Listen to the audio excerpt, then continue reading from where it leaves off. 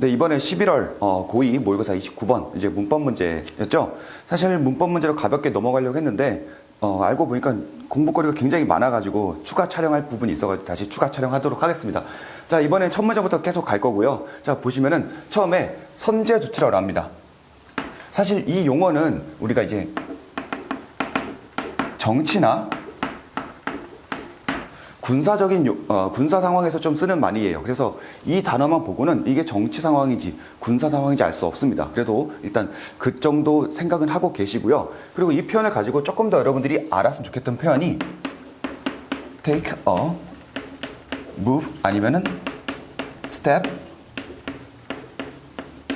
measure처럼 조치를 취하다라는 표현들까지 같이 이번에 알아두시면 나중에 move 같은 경우 밑에서 다시 한번 나오거든요. 그래서 미리 처음부터 한번 표현을 암기해 두시고요. 그래서 이런 선제 조치는 의미한다고 합니다. 어떤 전략인데요. 그 전략은 고안되었죠. 그래서 prevent, 어떤 라이벌이 어떤 특정한 활동을 시작하는 것을 막는다고 했습니다. 그쵸? 근데 여기서 보시면 여러분들이 알아야 될 기본적으로 prevent, 목적어, from, ing까지 이거 여러분들 기본 표현을 알고 계시죠? 그런데 가끔 이제 글을 보다 보면은 이렇게 from이 생략되고 바로 ing로 나오는 글도 있으니까 prevent 목적어 from ing 기본적으로 하나 알아두시고 prevent 목적어 바로 ing 나와도 똑같은 구문이다 라는 것만 알아두시면 되겠고요.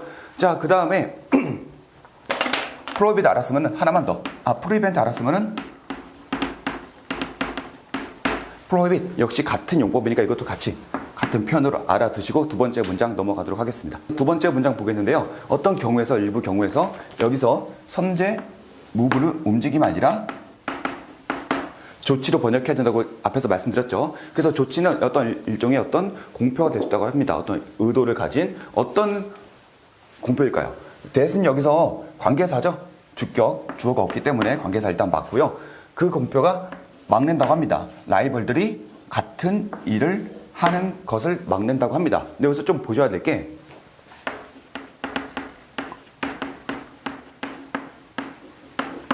doing the same 이게 무슨 의미일까요? 같은 일을 하다. 이게 선제 조치란 말이 군사적인 상황에서도 쓰이고 뭐 정치적인 상황에서도 쓰인다고 했죠. 만약에 군사적인 상황이라면은 아직 문맥이 없기 때문에 우리 편이 이렇게 적을 공격하죠. 어택을 합니다.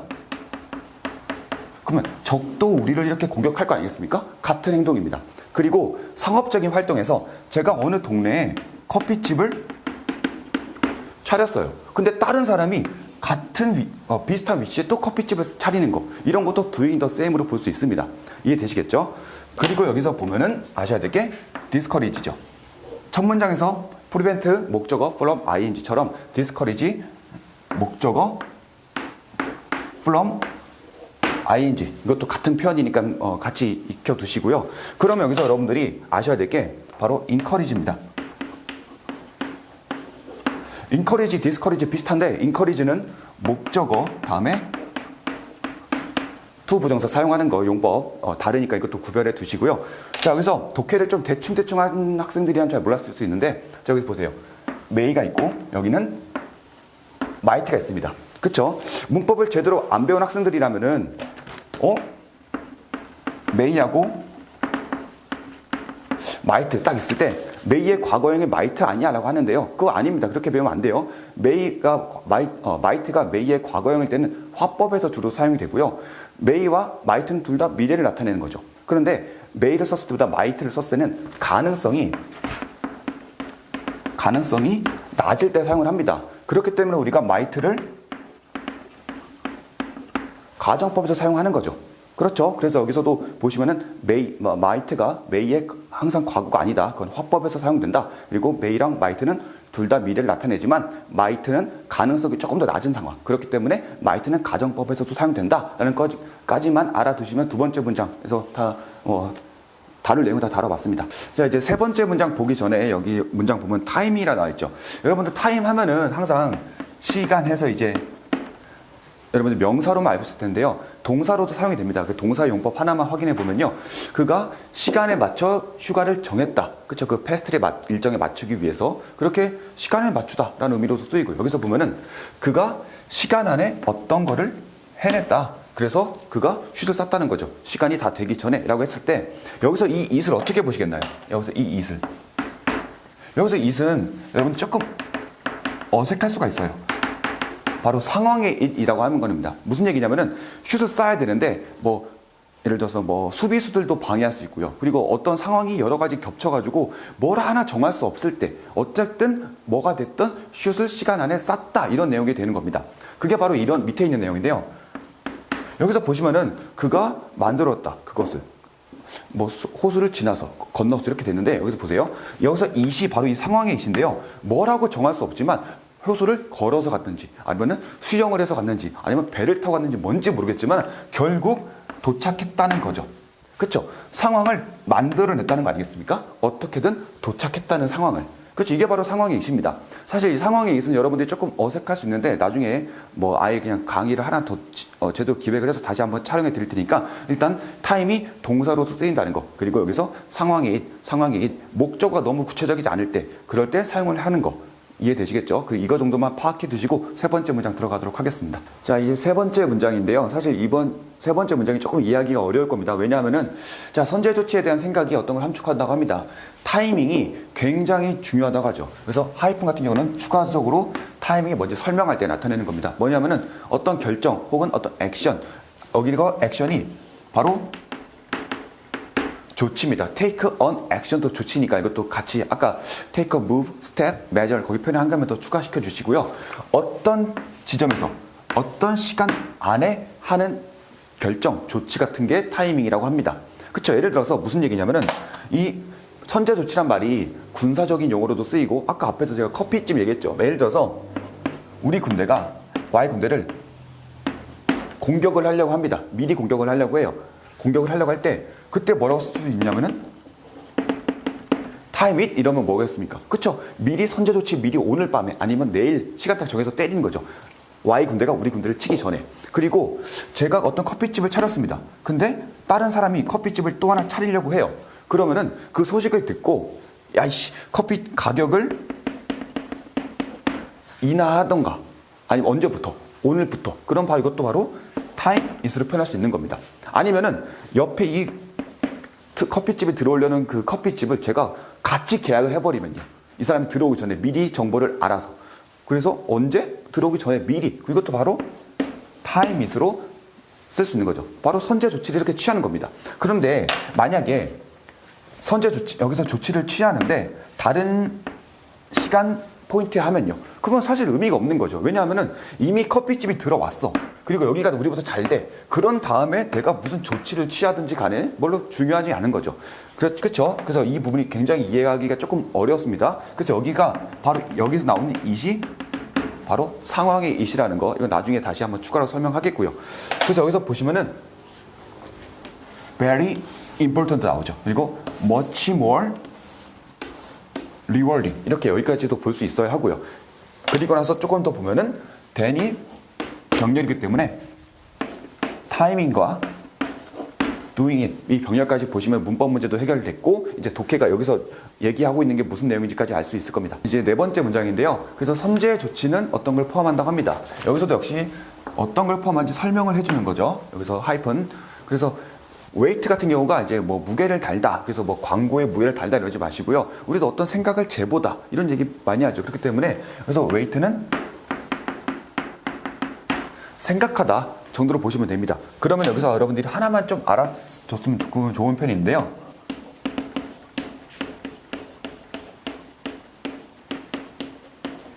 이런 표현이 있습니다. 이런 표현을 좀 알아두셔야 될 게 생각해보다. 찬반을 생각해보다, 장점, 단점을 생각해보다 라는 표현으로 하나만 여러분들이 추가로 알아두시면 됩니다. 그래서 어떤 광고를 할지 생각해볼 때 어떤 기간 동안이냐면은 들어오기 전에 아니면은 뭐하는 동안에 라는 거죠. 그러면 여기 period 기간이 있기 때문에 when이 표현이 맞는 거죠. 그래서 새로운 침입자, 인트렌트 같은 경우는 안으로 들어오고 있는 겁니다. 그렇기 때문에 뭐 침입자, 여기서는 마켓이기 때문에 새로 사업을 시작하려는 자 정도로 보면 되겠죠. 어떤 새로 들어오는 새 신입 사업자가 들어오기 전에, 마켓에 들어오기 전에 들어올 때 어떤 조치를 광고를 얼마큼 할지 생각해 보는 게 또 선제 조치에 또 포함된다고 하는 거죠. 네, 그래서 다섯 번째 문장인데요. 그래서 여기서 보면은 그런 취지는 make it 형용사, 그 다음에 for to. 그러니까 일단 크게 보이셔야 하고요. 그걸 어렵게 한다고 합니다. 뭐가? 여기서 앞에서는 어로 썼지만 지금은 더로 쓰고 있죠. 그 새로 들어온 사업자의 광고가 make an impression 하면은 인상을 심어주는 겁니다. 누구한테? 잠재 고객에게 인상을 심어주는 것을 어렵게 하는 것도 그 선제 조치에 대한 하나의 취지, 의도라고 볼 수 있겠죠. 네, 여섯 번째, 일곱 번째 문장 같이 한번 보도록 하겠습니다. 자, 상품을 대량 확산하는 것, 많이 생산하는 것은 굉장히 또 다른 잠재적인 선제 조치라고 하죠. 그래서 여기 보시면은 확산이죠. 그래서 여기서 여기까지 제품 같은 걸 많이 생산해내는 거, 그렇죠? 근데 여기서 여러분들이 이 다음 문장에서 조금 해석이 좀 어려웠을 것 같아요. 문법 문제 맞추는 걸 떠나서. 그래서 보시면은 so that, 그래서 거의 없다고 합니다. in the way 같은 경우는 어떤 영역이나 범위 정도로 보시면 됩니다. 요 시장이 요구하는 범위 내에서 거의 없다고 합니다. 뭐가 수용될 수 없는 게. 자, 여기서 보면은 일단 답부터 찾아보면은 little이 있기 때문에 are가 아니라 is로 써야 합니다. 근데 자, 보세요. 여기서 조금 어려운 게 어떤 회사, 호텔, 식당들이 있고요.